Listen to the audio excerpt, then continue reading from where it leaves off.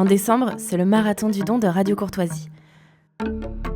Qu'est-ce que c'est que le Marathon du Don ? Le Marathon du Don, c'est la grande collecte de fonds que nous organisons chaque année au mois de décembre. Parce que c'est la dernière chance pour les auditeurs qui n'ont pas encore fait de dons de défiscaliser utilement, symboliquement, s'ils n'ont pas envie que leur argent serve à financer l'immigration illégale ou les politiques transgenres, eh bien, ils peuvent donner une partie de leur argent à Radio Courtoisie et la déduire de leurs impôts à hauteur de 66%. Et en plus de ça, nous avons un mécène très généreux qui, depuis 2 ans, chaque fin d'année, nous promet de doubler les dons au mois de décembre. C'est-à-dire que si vous donnez 50 €, eh bien nous en recevrons 100, et à vous, il ne vous en coûtera qu'à peu près 18. C'est pourquoi je vous demande de nous soutenir pour ce marathon du don. Donnez-nous les moyens de défendre vos idées. Rendez-vous sur soutenir.rc.fr. 7h, 10h sur Radio Courtoisie, suivez la ligne droite. Bonjour Yvan Rioufol. Bonjour Maud Koffler. Yvan Rioufol, alors on va parler d'actualité politique bien sûr, de François Bayrou qui est donc devenu Premier ministre, qui enchaîne un petit peu les bourdes là depuis quelques jours, c'est moins qu'on puisse dire. Est-ce qu'il pourra selon vous réussir là où Barnier a échoué, Yvan Rioufol ? Écoutez, moi je ne crois pas, il réussit peut-être sans doute.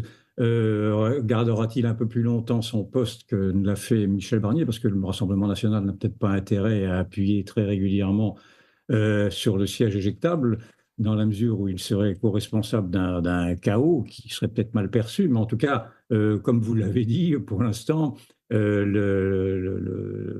François Bayrou a mal auguré de son mandat, puisqu'il a fait quand même une faute politique hier, par exemple, en faisant de la communication, en affrétant un jet de la République, lui qui demande d'ailleurs des économies sur le train de vie de l'État.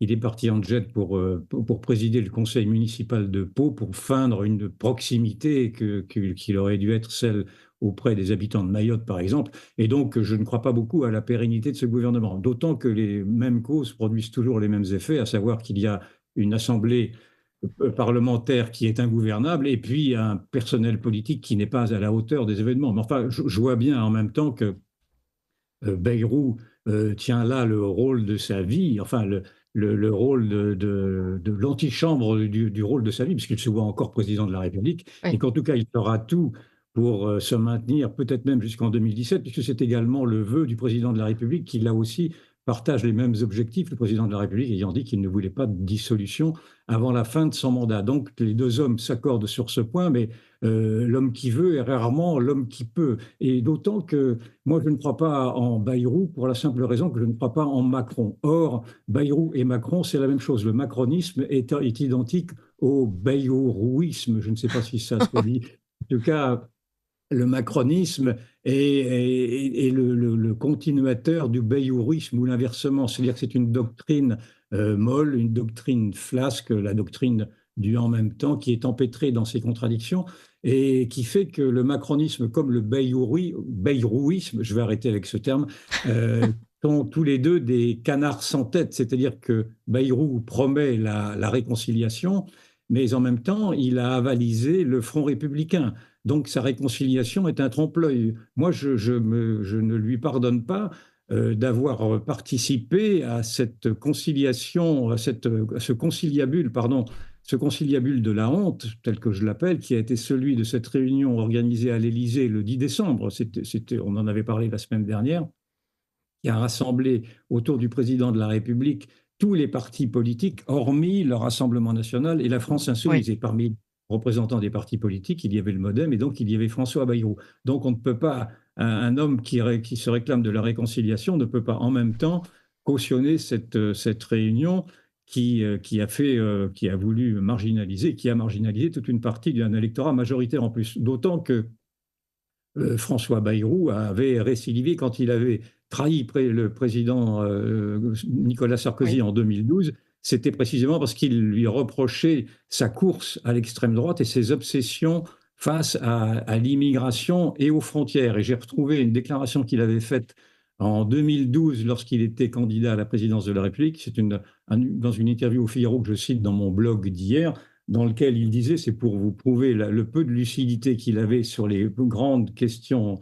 civilisationnelles, il disait alors En dépit des faits, même dans les plus lointaines banlieues, on est heureux d'être français, on est républicain, on croit à la devise liberté, égalité, fraternité et aux valeurs qu'elle porte. Tu parles, il suffit d'aller faire un petit tour dans les banlieues pour voir que naturellement le séparatisme là-bas s'est installé. Donc il a l'aveuglement des doctrinaires. C'est donc pour ceci que, même si sa personnalité peut être amusante et intéressante, je ne crois pas du tout en l'homme politique.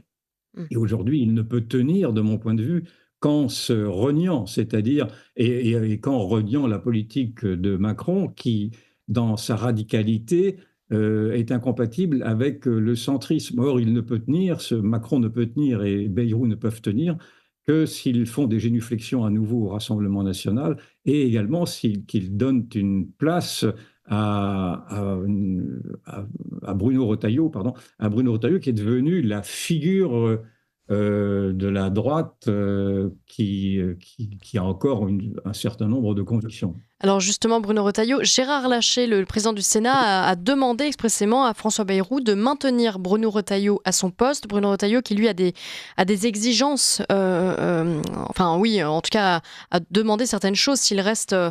pardon, j'y arrive plus du tout, au ministère de l'Intérieur. Il reste au gouvernement. Voilà. On peut se demander effectivement qu'est-ce que vient-il faire dans cette galère, parce que d'abord, très franchement, sa place n'est pas dans ce petit concile, dans ce marigot de magouilleurs. Moi, ça me désole de voir qu'un homme comme Retailleau, pour qui j'ai beaucoup de respect, continue à penser que il va sauver la France avec ces genres de personnel politique qui ne pensent qu'à leurs propres intérêts.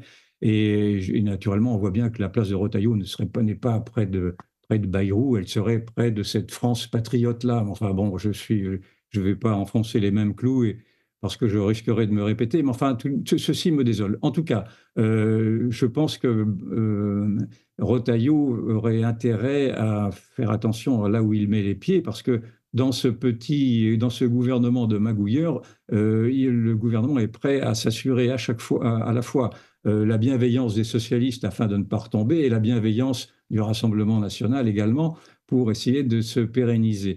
Donc, je vois beaucoup d'insincérité et je crains que Retailleau ne tombe dans le piège de l'UMPS de jadis, dans le piège du parti unique. Et d'ailleurs, j'observe que Retailleau a déjà accepté d'amender sa loi sur l'immigration, ce qui me paraît être un mauvais signe. Moi, je pense que les Français attendent des ruptures franches, et ils n'attendent certainement pas des compromissions ou des accommodements. Or, pour l'instant, Bayrou a signé sa spécialité précisément dans les accommodements raisonnables. Bayrou se réclame d'Henri IV, et donc on lui prête ce mot Paris vaut bien une messe, pour essayer de réconcilier les catholiques et les protestants. Je me demande si on ne va pas avoir un jour Bayrou nous dire la France vaut bien une sourate ou deux sourates, pour essayer de se concilier maintenant ce qu'il a appelé les villages et les cités, c'est-à-dire la France des banlieues et la France périphérique. Et je pense qu'il y a chez cet homme-là un manque de conviction qui me fait craindre le pire. Et donc, je suis vigilant. Et certes, j'entends que Bayrou plaide pour l'enracinement et plaide pour la proximité et dénonce le mur de verre qui sépare les politiques des citoyens. Et en cela, il a raison. Simplement,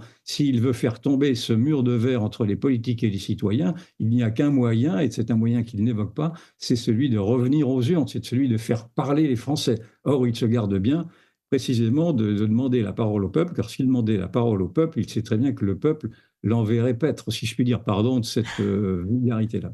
Bah écoutez, on verra. En tout cas, on continuera de suivre ça, y compris pendant les vacances, parce qu'a priori, François Bayrou n'aura pas de vacances tant qu'il n'y aura pas de gouvernement. On ne sait toujours pas quand tombera ce gouvernement. À suivre donc, Yvan Rioufol, on vous souhaite de bonnes vacances, parce que Ligne Droite part en vacances pendant 2 semaines. On vous souhaite un joyeux Noël. Et puis à l'année prochaine. Très joyeux Noël et très bonne année à vous. Merci beaucoup, Yvan Rioufol. À très vite.